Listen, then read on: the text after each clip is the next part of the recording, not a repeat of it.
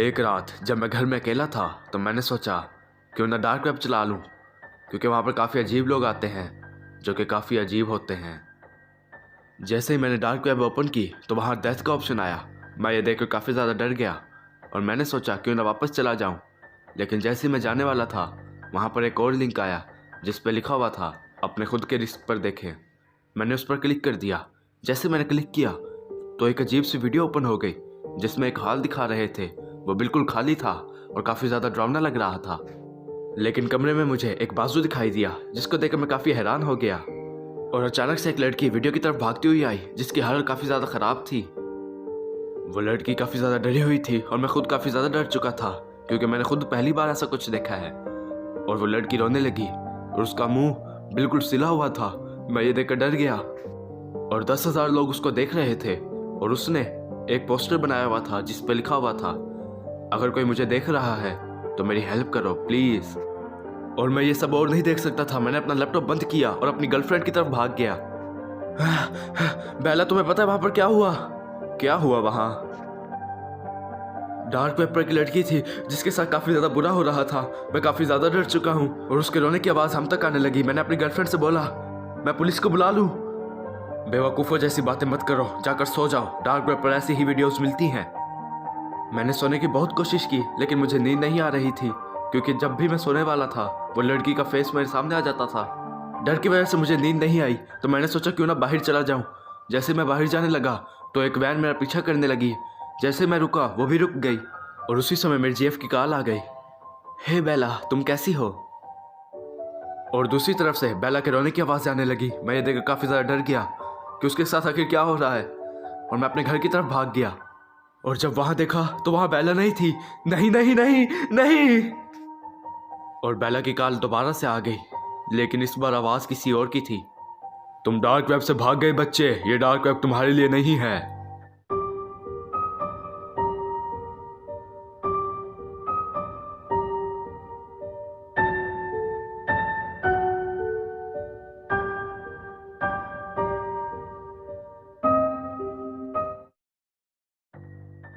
Only fan करने के अलावा मेरे पास कोई चारा नहीं बचा था और ना ही मेरे पास कोई जॉब थी और ना ही मेरे पास कुछ पैसे थे, जिसकी वजह से मैं काफ़ी ज़्यादा परेशान थी। और ये जुम्मे का दिन था जिस दिन मैं तैयार होकर ओनली फैन पर लाइव आई और मैं लोगों के डीएम्स चेक करने लगी जिसमें से एक आदमी ने मुझे मैसेज भेजा हुआ था, मुझे जवाब दो अगर तुम्हें $1,000 चाहिए तो। ये लूसीफर ने भेजा हुआ था। मैंने उसकी प्रोफाइल पर क्लिक किया तो वहां पर ना ही कोई पिक्चर थी और ना ही कोई डिटेल और ना ही मुझे याद आ रहा था कि मैंने इससे पहले कभी बात की भी है या नहीं। मैं किसी को जवाब नहीं देती थी, सिर्फ लाइव करती थी। लेकिन इतने ज़्यादा पैसे देखकर मैंने उस आदमी को जवाब दे दिया और पूछा कि तुम्हें क्या चाहिए। और उसका जवाब आया कि मुझे कुछ बनवाना है। मैं हैरान होकर देखने लगी और मैंने पूछा, क्या क्या तुम मजाक कर रहे हो? नहीं, मैं सीरियस हूँ, मेरे लिए एक पिक्चर बनाओ, बदले में $1,000 दूंगा। मुझे काफ़ी ज़्यादा हैरानी हुई क्योंकि एक पिक्चर के लिए इतना पैसा कौन देगा और आज तक ओनली फैन पर किसी ने इतना पैसा नहीं दिया। इसलिए मुझे शक होने लगा और मैंने उससे कहा कि मैं एक आर्टिस्ट नहीं हूँ, मैं नहीं बना सकती। इसकी ज़रूरत नहीं, मैं तुम्हें एक चीज़ दूंगा जिसको तुमने ड्रा करना है, बदले में पैसे तुम्हारे। क्या चीज़? ये वाली।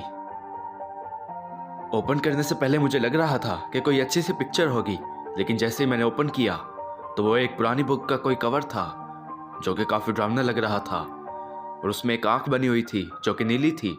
मैंने आज तक ऐसी चीज़ कभी नहीं देखी और मैं काफ़ी हैरान हो गई।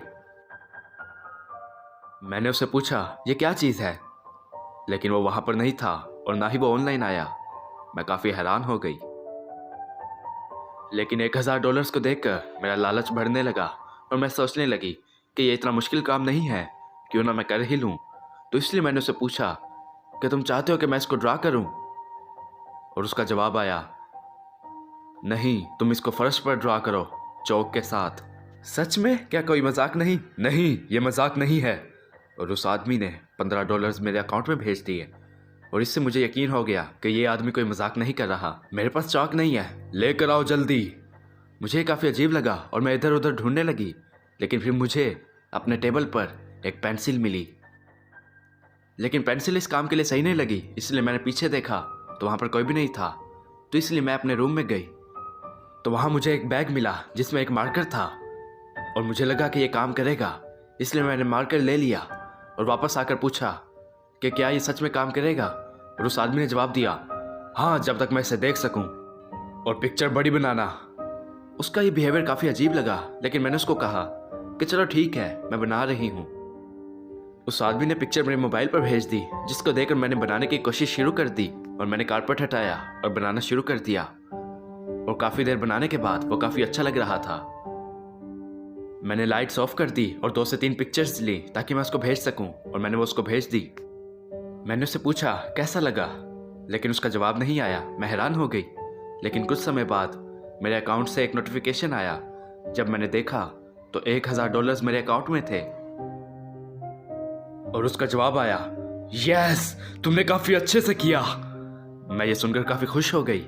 मुझे इस बात की खुशी थी कि इतना छोटा काम करके मुझे इतना ज़्यादा पैसा मिला। और मैंने उसे जवाब दिया कि मुझे खुशी है कि तुम्हें ये पसंद आया। लेकिन उस पिक्चर की वजह से मेरा फ्लोर काफ़ी अजीब लग रहा था, लेकिन मैंने उसको इग्नोर किया और दोबारा से लाइव आ गई और वहाँ वो आदमी आया। उसने कहा, क्या तुम $5000 कमाना चाहोगी? मैंने कहा, क्या 4000 और? नहीं, पूरे 5000। यह सुनते ही मैंने लाइव स्ट्रीम हटा दी और वहाँ पर जाकर उसने जवाब दिया, तुम्हारे लिए सब कुछ करूँगी लूसीफर। वाह, मैं ये चाहता हूँ तुम मेरे लिए कुछ बोलो वीडियो टेप में। यह सुनकर थोड़ा सा अजीब लगा, लेकिन मैंने उससे पूछा कि तुम्हें क्या सुनना है लूसीफर। और मैं इस बिहेवियर में इसलिए बोलती हूँ क्योंकि मेरे क्लाइंट्स को ये काफ़ी अच्छा लगता है। और कुछ समय बाद उसका जवाब आया जो कि काफ़ी ज़्यादा अजीब था। वो कोई जादू मंत्र जैसा लग रहा था और वो भेजी जा रहा था। और उसने कहा कि इनको 3 मरतबा पढ़ो। वो वर्ड्स काफ़ी अजीब लग रहे थे, इसलिए मुझे कुछ शक होने लगा। लेकिन फिर मैं सोचने लगी कि शायद लोग ऐसे करवाते होंगे, तो इसलिए मैंने सोचा कि क्यों ना कर लूं। लेकिन उसी समय उसका जवाब आया, प्लीज़ मेरे लिए ये करो। और उसी समय उसने $5000 मेरे अकाउंट में भेज दिए और वो कहने लगा, मुझे इसकी ज़रूरत है। और वो कहने लगा, मैं तुम्हें 5000 और दूंगा। ओह सच में? अब तो मैं रुक ही नहीं सकती। मैंने अपना मोबाइल उठाया और वो जादू मंत्र पढ़ना शुरू कर दिया। वो काफ़ी अजीब थे, लेकिन फिर भी मैंने पढ़ना शुरू कर दिया। जैसे ही मैंने मंत्र पूरा किया तो उसी समय मेरे कमरे की लाइट चली गई। मैं काफ़ी ज़्यादा डर गई और मेरा कमरा ठंडा होना शुरू हो गया। मैंने उस आदमी को मैसेज करने का सोचा। मैंने उसको मैसेज किया और पूछा कि आखिर तुमने मेरे साथ क्या किया है, मेरे साथ क्या हो रहा है। लेकिन उस आदमी का कोई जवाब नहीं आया। मेरा सर चकराने लगा और मेरे पेट में दर्द होने लगा जैसे वो फट जाएगा। इसलिए मैं बाथरूम की तरफ भागी, लेकिन वहाँ पर मैं गिर गई और मेरी आंखें बहुत ज़्यादा दर्द होने लगी और मुझे उल्टी आने लगी। जैसे ही मैंने उल्टी की, मुझे काफ़ी अजीब सी चीज़ें दिखाई देने लगी। हर जगह सिर्फ आग और अंधेरा ही था और वो आग जैसे मेरे हाथ को लगी, मुझे काफ़ी ज़्यादा दर्द होने लगा और वो जल गया और उससे काफ़ी ज़्यादा बदबू आने लगी। लेकिन मेरे मुंह से आवाज़ की जगह आग निकलने लगी। ये देखकर मैं काफ़ी ज़्यादा डर गई। लेकिन अचानक से मेरी मॉम मेरे सामने आ गई और मैंने चिल्लाना शुरू कर दिया, ओ खुदा, मुझे बचा लो प्लीज़।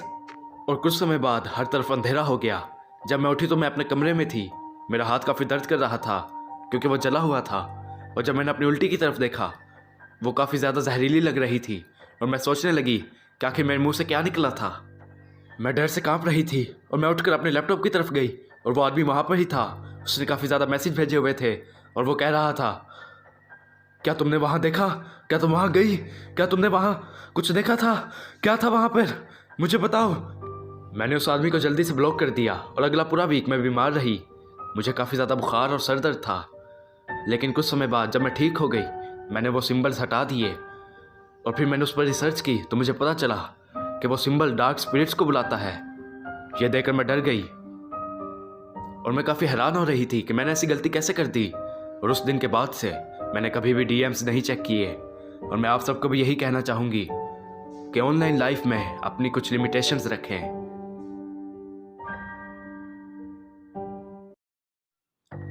हमेशा की तरह दिसंबर फिर से आ गया, जो कि मुझे काफ़ी ज़्यादा पसंद था क्योंकि हर तरफ तो बर्फ़बारी होती थी और मैं और मेरी फैमिली मिलकर स्नोमैन बनाते थे और बर्फ़ से खेलते थे। इसलिए ये मेरा फेवरेट सीज़न था। दिसंबर के एक दिन मैं और मेरी फैमिली काफ़ी ज़्यादा खुश थे क्योंकि बर्फ़बारी काफ़ी ज़्यादा हो रही थी और क्रिसमस का मज़ा तो बर्फ़बारी में ही है।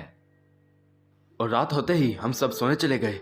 जब मैं सो रहा था तो मुझे काफ़ी अजीब लगा और मैं उठ गया, और मैंने उठते ही अपनी विंडो की तरफ देखना शुरू कर दिया। वहाँ पर भी बर्फ़ जमा हो रही थी, लेकिन इतना सन्नाटा था। लेकिन फिर अचानक से मुझे कुछ आवाज़ें आने लगी, जैसे कोई बर्फ़ पर चल रहा हो, और वो चलने की आवाज़ बहुत ज़्यादा करीब आ रही थी। और डर की वजह से मैंने अपनी आंखें बंद कर ली। और अगली सुबह मैं उठा और मैंने खुद को तैयार कर लिया बाहर जाने के लिए। और मैंने अपने पेरेंट्स को भी बता दिया कि रात को मेरे साथ क्या हुआ था। और चाबी उठाकर हम बाहर की तरफ गए, और दरवाज़ा जैसे ही खोला तो वहाँ पर बर्फ़ नहीं थी। ये देखकर मैं हैरान हो गया, और मेरे पापा बोलने लगे, हाँ, कोई स्नो नहीं। अरे बेटा, इसमें फिक्र की बात नहीं, दोबारा से आ जाएगी, तुम फिक्र न करो। मेरे पापा ये बोलकर चले गए। लेकिन मुझे ये बात काफ़ी अजीब लग रही थी, क्योंकि बर्फ़ को देखकर लगता था कि जैसे किसी ने इसको जानबूझकर हटाया है। मैंने ज़्यादा सोचना बंद कर दिया और दरवाज़ा बंद करके चला गया। और उस रात बिल्कुल पहले की तरह हुआ। जब मैं सो रहा था तो मुझे अजीब सी आवाज़ें सुनाई देने लगी, जैसे कोई बर्फ़ पर चल रहा हो। मैं उठा और वहाँ जाकर देखा तो वहाँ पर कोई भी नहीं था। मैं वापस से सोने चला गया। अगले दिन जब हम तीनों ने दोबारा से देखा तो वहाँ पर बर्फ़ नहीं थी। मेरे पापा ने दोबारा से वही बातें कही, लेकिन मुझे काफ़ी अजीब लगा। और मैंने पापा से पूछा कि यहाँ पर निशान क्यों है। ज्यादा से ज्यादा बर्फ पिघल गई होगी, इसलिए ऐसा हो रहा होगा, जाकर कोई मूवी देख लो। और वो ये बोलकर दोबारा से चले गए। लेकिन मुझे ये बात काफ़ी अजीब लगी। पूरा दिन हमने मूवीज़ देखकर गुजारा, और रात होते ही जैसे ही हम डिनर कर रहे थे तो मुझे वो आवाज़ दोबारा से आने लगी। मैंने अपनी फैमिली की तरफ देखा, लेकिन वो लोग अपनी बातों में लगे हुए थे। लेकिन अचानक से हमारी विंडो से एक आवाज़ आई। जब हमने देखा तो वहाँ पर कोई आदमी खड़ा था। हम सब डर गए। मेरे पापा विंडो की तरफ गए उस आदमी को देखने के लिए, लेकिन वहाँ पर अंधेरा था तो सही से नज़र नहीं आ रहा था। फिर मैं भी अपने पापा की तरफ गया, और जब मैंने वहाँ देखा तो वहाँ एक आदमी खड़ा था जो कि काफ़ी डरावना लग रहा था। मैं उसको देखकर काफ़ी ज़्यादा डर गया था। मेरे पापा ने मुझे पीछे जाने को बोला और विंडो खोलकर उस आदमी से बात करने लगे। हे, मेरी बात सुनो, वहां से चले जाओ, वरना मैं पुलिस को कॉल कर दूंगा। लेकिन वो आदमी अजीब तरह से हंस रहा था। मेरे पापा ने विंडो बंद कर दी और पुलिस को कॉल करना शुरू कर दिया। लेकिन वो आदमी फिर इशारा करने लगा। उसका इशारा मेरी तरफ था, फिर उसने अपनी तरफ इशारा किया। वो आदमी हमारी तरफ ही देख रहा था। लेकिन कुछ समय बाद पुलिस वहां आ गई, लेकिन वो आदमी वहां नहीं था। वो आदमी वहां से गायब हो चुका था। पुलिस के साथ हम सब ने मिलकर चेकिंग की तो वहां पर कोई भी नहीं मिला। लेकिन हमें वहां पर बर्फ का बना हुआ घर मिला, जिसको मेरे पापा 2 दिनों से इग्नोर कर रहे थे। उसको देखकर हम डर गए। इसका मतलब वो आदमी वहां रह रहा था और हमें पता भी नहीं था। और अब हर साल हम लोग अपने गार्डन को अच्छी तरह से चेक करते हैं कि वो आदमी वापस ना आ जाए।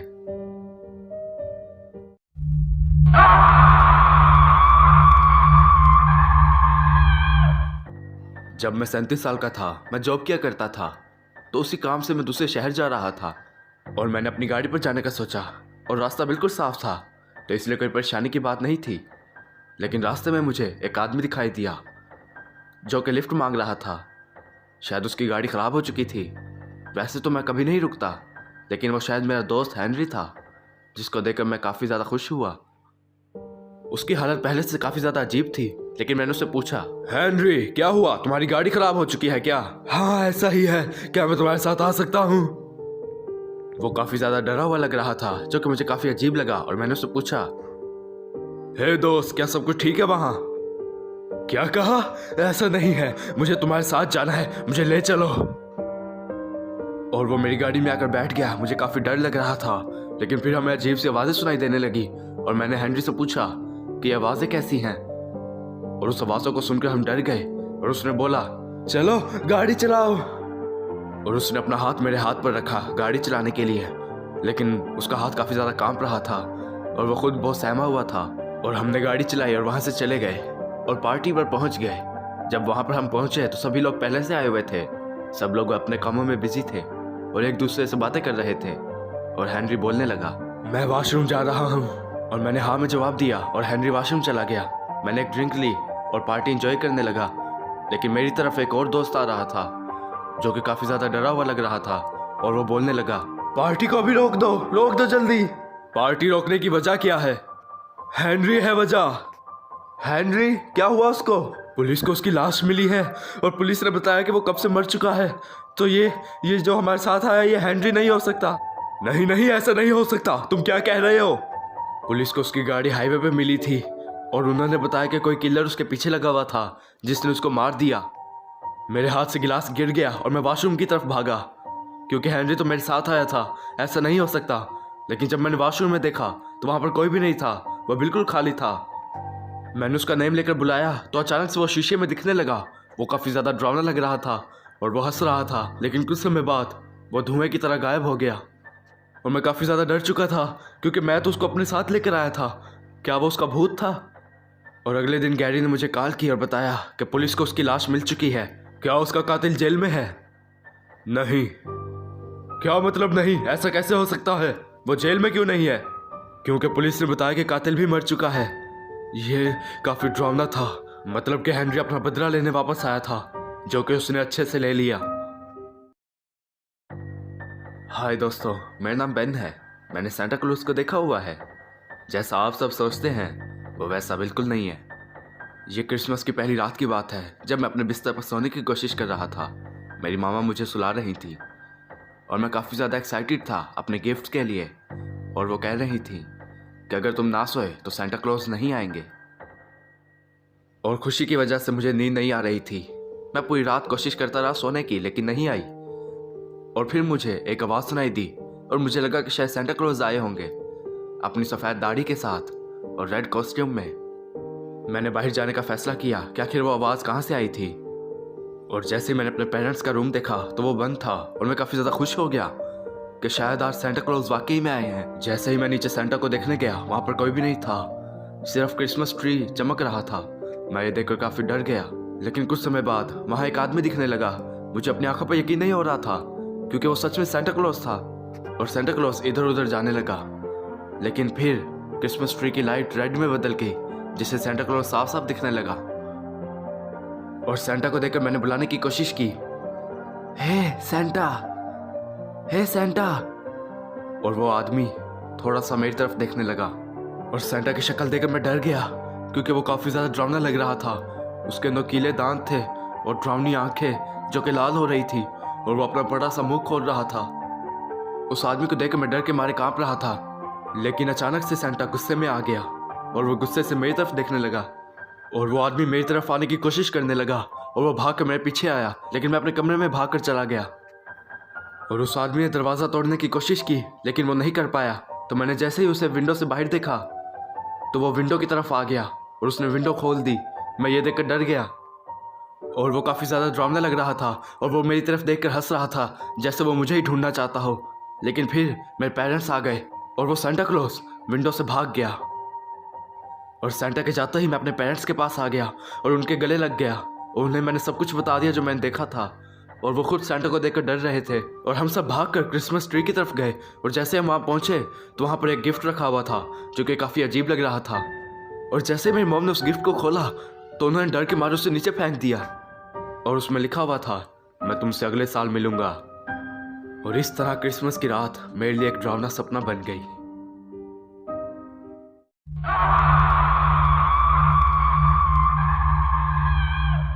जब मैं अपनी मॉम की गाड़ी में बैठने लगी तो मैंने पीछे एक अजीब सा आदमी देखा जो कि दरख्त के पीछे छुपा हुआ था।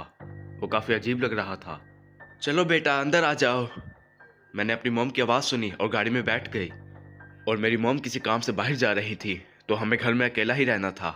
मेरा भाई कार्टून देख रहा था और मैं पिक्चर्स बना रही थी, लेकिन अचानक से मेरा जिस्म कांपने लगा जैसे कुछ बुरा होने वाला है और मैं डर गई। और मेरा भाई बोलने लगा, हे वहाँ देखो। किधर देखना है?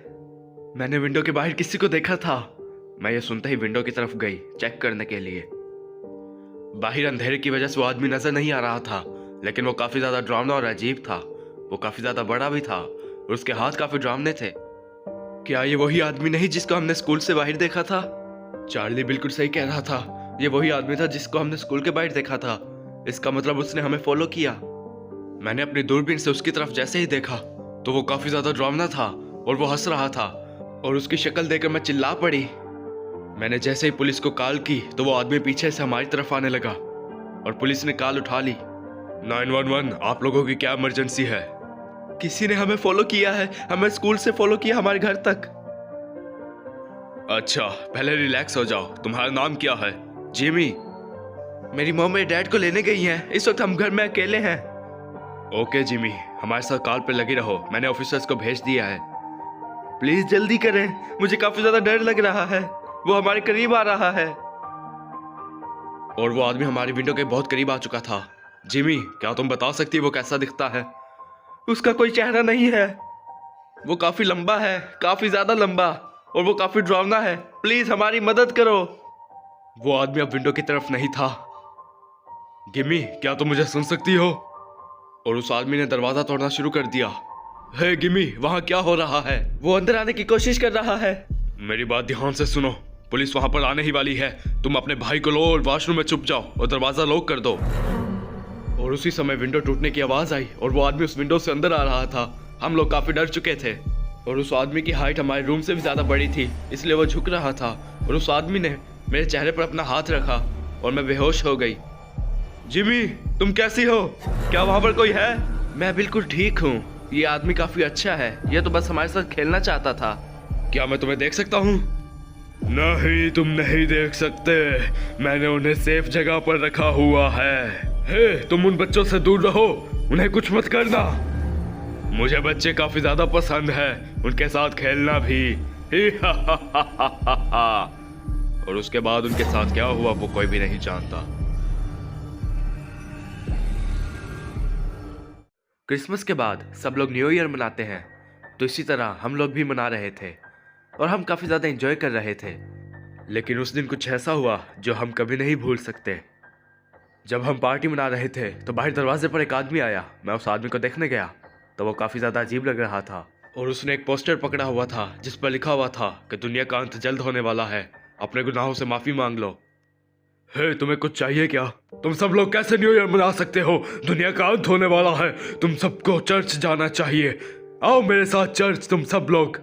हे, बकवास करना बंद करो और यहाँ से निकल। तुम लोग नहीं जानते तुम क्या कर रहे हो, तुम बहुत पछताओगे। हाँ हाँ ठीक है, तू अब यहाँ से जा वरना मैं पुलिस को बुला लूंगा। मैंने दरवाजा बंद कर दिया और मुझे लगा कि शायद कोई पागल होगा इसलिए ऐसा बोल रहा है। और रात को जब मैं पानी पीने के लिए उठा तो मुझे एक कमरे से आवाज आई जैसे कोई विंडो तोड़कर आ रहा हो। और जब मैंने दरवाजा खोला तो वो आदमी वहां से अंदर आ गया। उसने विंडो तोड़ दी थी और वो काफी अजीब लग रहा था। वो आदमी काफी ज्यादा गुस्से में लग रहा था, जैसे वो हमें मारना चाहता हो। मैं उसको देखकर वहां से भाग गया और छुप गया। और वो आदमी मुझे ढूंढने लगा। जैसे उसने मुझे देखा तो वो हंसने लगा। मैंने कहा था ना तुम्हारी फैमिली मर जाएगी न्यू ईयर से पहले, तो वो आज ही होगा। वो आदमी मेरी फैमिली की तरफ जाने लगा। मैं उसके पीछे भागने लगा क्योंकि मुझे पता था मेरी फैमिली खतरे में है।